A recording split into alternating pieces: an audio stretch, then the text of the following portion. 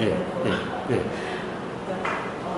그러면 제가 이렇게 지금 이제 어떤 기준을 따르느냐 예. 그러면 그 나라는 애고를 따르게 비비하고 그러면 어떤 걸 따르느냐 뭐 진리를 따르고 지금 현재를 따르는 게 맞다 이렇게 생각한다면 지금 현재 고려는 어떤 밖에 뭐 어떤 뭐 나무가 크든 없어졌든 어떤 왔다 갔다 하는 어떤 조건들하고 내 마음 안에서 어떤 일어나는 어떤 조건들이 있잖아요. 이런 부분을 바라보기만 하면 되는 건가요? 예, 그런데 바라본다라고 하는 그 자체가 사실은 벌써 일종의 그 해석 상태입니다. 바라본다라고 하는 것이 사실은 바라본다가 뭡니까? 사실은 바라본다라고 하는 것이 그냥 그대로 바라보는 것이 아니라 어떻게 보면 바라본다라고 말하는 그대로가 거기에는 어떻게 바라본다라는 상태가 어떤 건지에 대한 이미 관점이 있는 겁니다. 그냥 내버려둔다. 그러니까 올라오는 대로 네. 감정이 뭐가 올라오는 그 자체에 어떤 영향을 에너지를 주지 않고. 자, 어떻게든 자, 그냥 내버려 두든 객관적으로 바라보든 관찰하든 무슨 표현을 쓴다 하더라도 어떻게 하려고 해서는 되는 문제가 아닌 겁니다. 오로지 이해의 문제입니다. 어떤 이해의 문제냐? 이 모든 것은 가령 내가 일으키고 내가 조정할 수 있는 것이 아니라는 거예요. 아니든 바뀌든 사실은 안과 바퀴라고 하는 것도 따로 있는 것이 아니라는 거예요. 안에서 일어나는 것은 생각이든 감정이든 의도든 이런 거와 밖에 일어나고 사라지는 바람이든 비든 태풍이든 또는 나무든 또는 안에 있는 뭐 콩팥이 됐든 뭐 위가 됐든 뭐 이 팔이 됐든 머리가 됐든 뭐가 됐든 다른 것이 아니다라는 거예요. 기본적으로 안과 밖을 나눌 이유가 전혀 없다라는 거예요. 구분되는 것이 아니라는 거예요. 이것은 우리의 착각에 의해서 안과 밖이 구분되는 것일 뿐이라는 거예요. 그렇다고 한다면은 안과 밖을 다르게 대할 것도 아니고 달리 이거와 저것은 다르다라고 할 것이 없다라는 거예요. 그렇다면은 다르지 않다고 한다면은 본다, 듣는다라고 하는 나 중심에 내가 있다라고 하는 뭔가 중심이 있고 중심이 있다라고 하는 이 자체가 잘못된 거라는 거예요. 그러니까 어떻게 본다라고 하는 것은 바로 이 나가 중심이 있을 때 어떻게 본다는 말이 나오는 거지 애초에 전부 다 자연일 뿐이고 어떤 중심이 없다, 기준점이 없다라는 거예요. 모든 것은 다 그렇게 작용되고 있는 것일 뿐이다라는 거예요.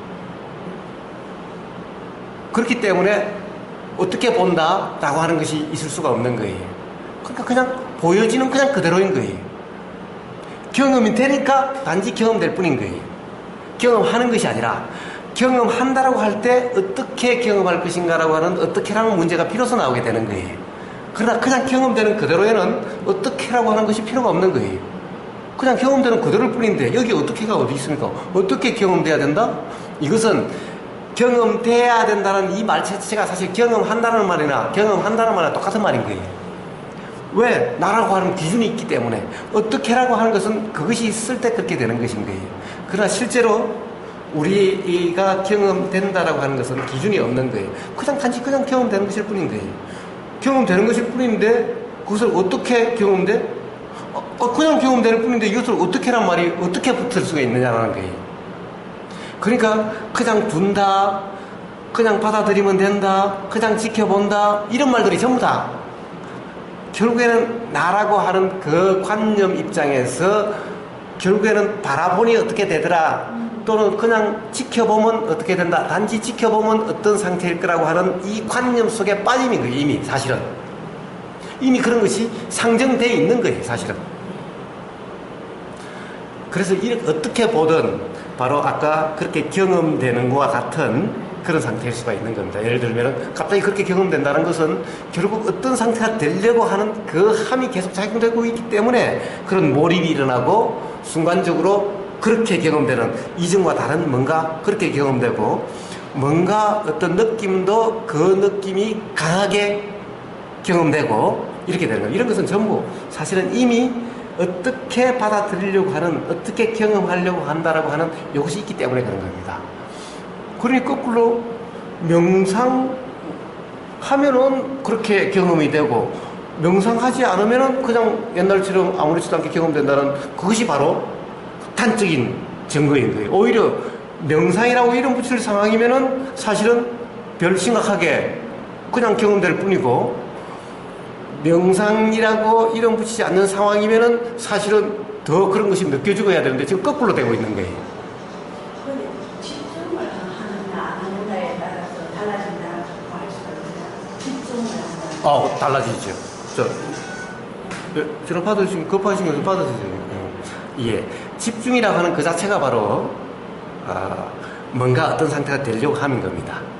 그렇기 때문에 집중을 하면 반드시 그런 현상을 경험하게 돼요. 집중이 잘 되면 잘 될수록, 집중하려고 애를 쓰면 쓸수록 그런 경험이 더 쉽게 됩니다.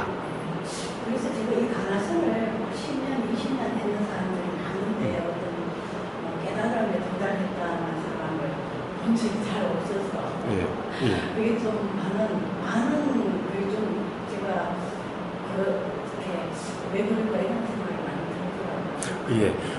그렇게 해서는 가령 깨달음이라고 이름할 수 있는 경험이 일어날 수가 없습니다.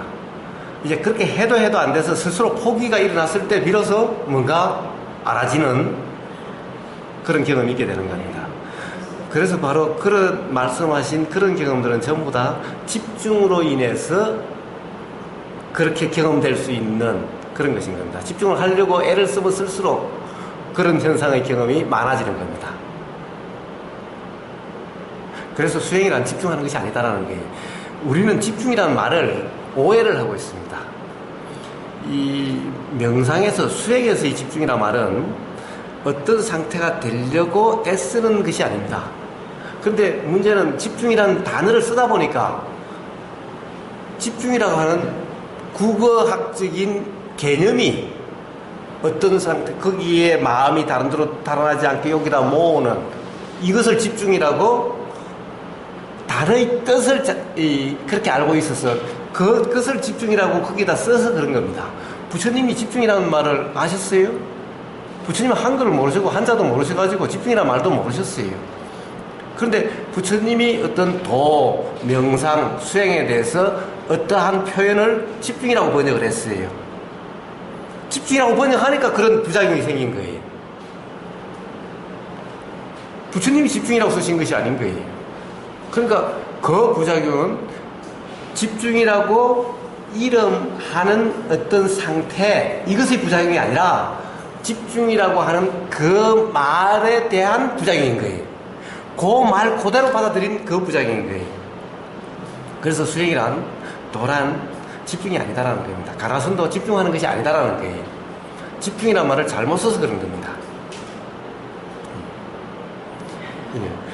그래서 어쨌든 이제 자녀분들하고는 그렇지 않다. 그러니까 결국에는 또 그렇습니다. 어쨌든 어느 누구도 그렇게 할 수 없으니 엄마 탓이 아니다. 모르면 엄마 탓이고, 이제 자녀분들도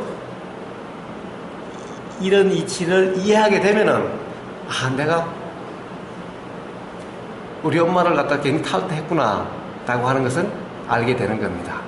언젠가는 이제 알게 되겠지요. 그러니까 자책하실 필요가 없다. 또 하나는, 그럼 자녀분들이 괴로워하면은, 괴로움이 경험되게 하면 그게 나쁜 거냐? 나쁜 것이 아니다 라는 거예요. 누구든 괴로움의 경험을 통해서 자유로움으로 나가게 되는 거예요. 괴로움이 경험되지 않으면은 사실 계속 괴로움이 더 경험되는 쪽으로 계속 치달아가게 돼 있는 거예요.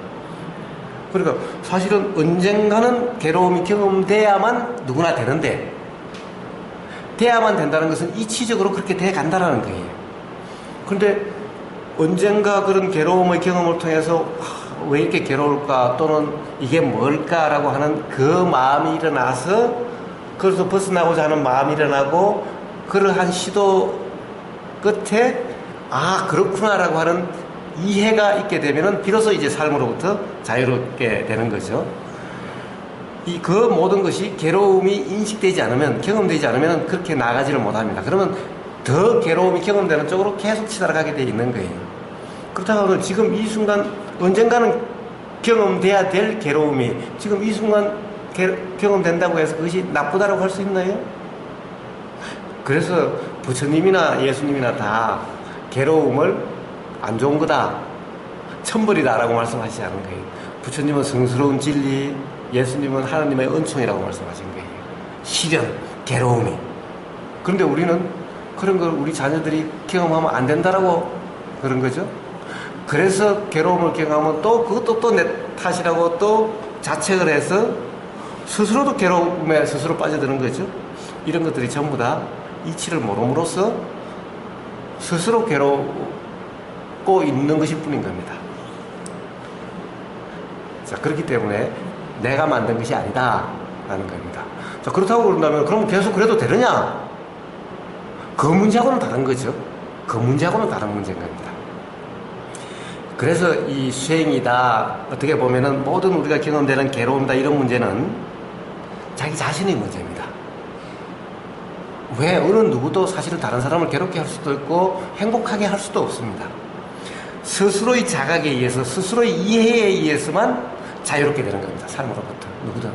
단지 우리가 이런 대화를 왜 하느냐? 스스로 자각이 자각이 될 수 있는 그런 기회가 될 수 있을까 해서 그냥 이야기하는 것일 뿐인 거예요.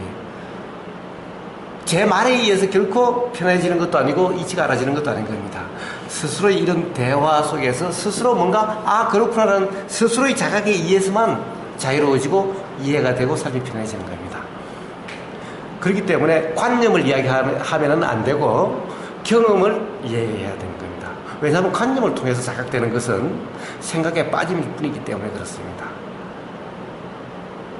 그래서 이제 자녀를 보는 것이 수행이 아니다라는 겁니다. 그러니까 어떻게 해야 돼? 라고 하는 문제 중에서 대부분이 남에 대해서 어떻게 해야 돼? 라는 문제가 발생하죠. 그 다음에 두 번째, 이제 자기 자신에 대해서 어떻게 해야 되는데, 자기 자신이나 안과 밖이 다 똑같은 것일 뿐이라고 그랬죠. 그럼 자기 자신에게도 어떻게 해야 되라는 말이 불필요한 말이 되는 거예요.